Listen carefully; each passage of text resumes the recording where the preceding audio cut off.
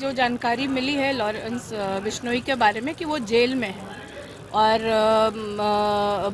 आप लोग मुझे करेक्ट कर सकते हैं, शायद वो गुजरात के जेल में ही हैं। तो आप इसी से अंदाज़ा लगा लीजिए कि गुजरात में प्रशासन, जो जेल प्रशासन है, किस तरह से मतलब इस तरह की खबरें बाहर आती है या टेलीफोन से वो धमकी देते हैं, किस तरह से देते हैं।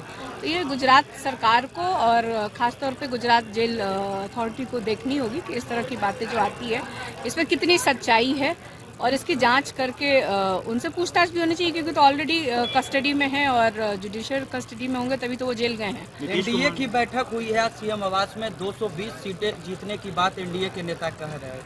तो एनडीए के जितने भी घटक दल हैं सारे दल के नेता वहाँ आए थे। पशुपति पारस नहीं आए थे? मतलब उनको छोड़ करके चिराग पासवान थे वहाँ पे मौजूद? चिराग के पार्टी से थे। मतलब कौन थे? तो जब सीनियर नेता ही नहीं हुए तो एनडीए की ये किस तरह की बैठक थी? मतलब मुख्यमंत्री जी ने बैठक बुलाई और मुख्यमंत्री जी के बुलावे पे और एनडीए के घटक के नेता ही अगर नहीं पहुंचे हैं तो ये किस तरह की शुरुआत हुई है?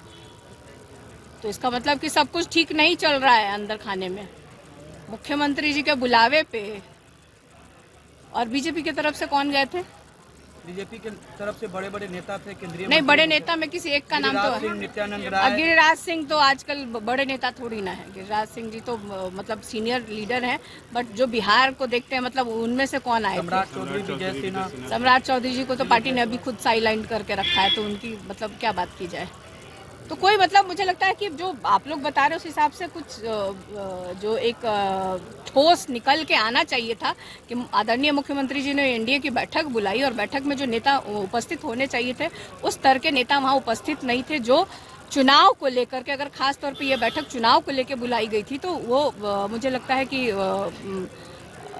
अधूरी रह गई वो बात। 4 सीटों पर उपचुनाव होने हैं बिहार के। बहुत जगह चुनाव होने हैं, बहुत सीटों पे राज्य के बिहार मतलब भारत के अलग अलग राज्यों में उपचुनाव होने हैं। तो हमारे यहाँ भी चुनाव है, हमारे यहाँ भी उम्मीदवारों के लगभग सभी दल के उम्मीदवारों की नाम की घोषणा हो गई है और सब लोग प्रचार प्रसार में लगे हुए हैं। और मैं आपको बता देना चाहती हूँ कि हम लोग जनता के मुद्दों को लेकर के जा रहे हैं। हम लोग बिहार के विकास की बात कर रहे हैं, हम लोग बिहार में बेरोजगारी दूर करने की बात कर रहे हैं, हम बिहार में फैक्ट्री लगाने की बात कर रहे हैं। तो हम लोग जनता के मुद्दे के साथ गए हैं और हमें पूरी उम्मीद है कि जनता इस बार अपना चारों सीटों पे हमारे जो भी इंडिया गठबंधन के जो उम्मीदवार हैं उनकी जीत। शहाबुद्दीन की वाइफ और उनके बेटे ने पक्ष के लोग कह रहे हैं कि फिर से जो लोग हैं जैसे लोगों को जो है ला रहे हैं, हम लोगों को बोलते थे। देखिए, आपका प्रश्न मुझे थोड़ा अजीब इसलिए लग रहा है कि आपने कहा कि शहाबुद्दीन की पत्नी हिना साहब की अपनी एक आइडेंटिटी भी है। वो हमारे दल में काफ़ी समय से हैं और वो लगातार चुनाव लड़ती आई हैं, लोकसभा का चुनाव लड़ी हैं, पार्टी संगठन के लिए काम किया है, पार्टी के उम्मीदवारों को जिताने के लिए अलग अलग जिला में उन्होंने प्रचार प्रसार किया है।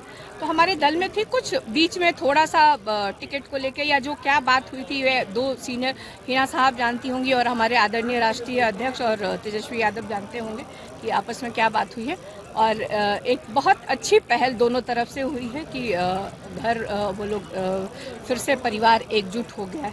तो मुझे लगता है बिहार में एक अच्छा संदेश भी गया है और सब मिलके लड़ेंगे, जनता के लिए लड़ेंगे और बिहार के विकास के लिए लड़ेंगे। तो एक अच्छा संदेश गया है। जेडीयू के नेता कह रहे हैं कि आप लोग शराब बेचवाने का काम करते हैं। कौन लोग? कुमार बीजेपी के नेता और जेडीयू के जो एमएलसी है नीरज कुमार कहते हैं आप लोग और तेजस्वी यादव तस्करी कराते हैं, शराब पीते हैं। देखिए, ये प्रश्न बेमाने हैं। जो लोग इस तरह का आरोप लगाते हैं, मतलब कुछ भी अनगढ़, नीरज जी को खास तौर पे कहा जाए कि कुछ भी बोलते हैं। सुबह लगता है मुंह धोते हैं और उसके बाद जो बोलना शुरू करते हैं उनको खुद भी नहीं समझ में आता है कि क्या क्या वो बोल जाते हैं।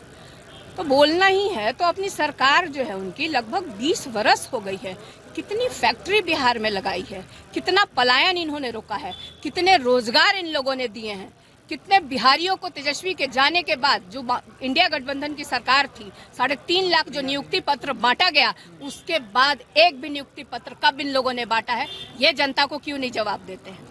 तो ये जवाब देना चाहिए। जब जनता से जुड़े हुए जो मामले हैं उस पर ये लोग भाग जाते हैं। अभी केंद्र में सरकार है, बिना मांगे मिलना चाहिए था। आप कोई भी आप साउथ की कंट्रीज मतलब राज्यों को देख लीजिए, आप तमिलनाडु को देख लीजिए, आप हैदराबाद को देख लीजिए, किस तरह से डेवलपमेंट हो रहा है। आप देखिए गिरिराज सिंह जी कपड़ा मंत्री हैं, है ना, कपड़ा मंत्री बहुत कम लोग जानता होगा, लेकिन आपके चैनल के माध्यम से अपने बिहार वासियों को सबको बता दे कि वो है। लेकिन वो कपड़ा मंत्रालय को छोड़ करके आजकल क्या भाषण दे रहे हैं, किस तरह की भाषा का प्रयोग कर रहे हैं, क्या संदेश देना चाहते हैं। मतलब आपके बच्चे नौकरी करें और दूसरे के बच्चे कोई घूम रहा उसको चाटा मारे हैं, ये शिक्षा दे रहे हैं।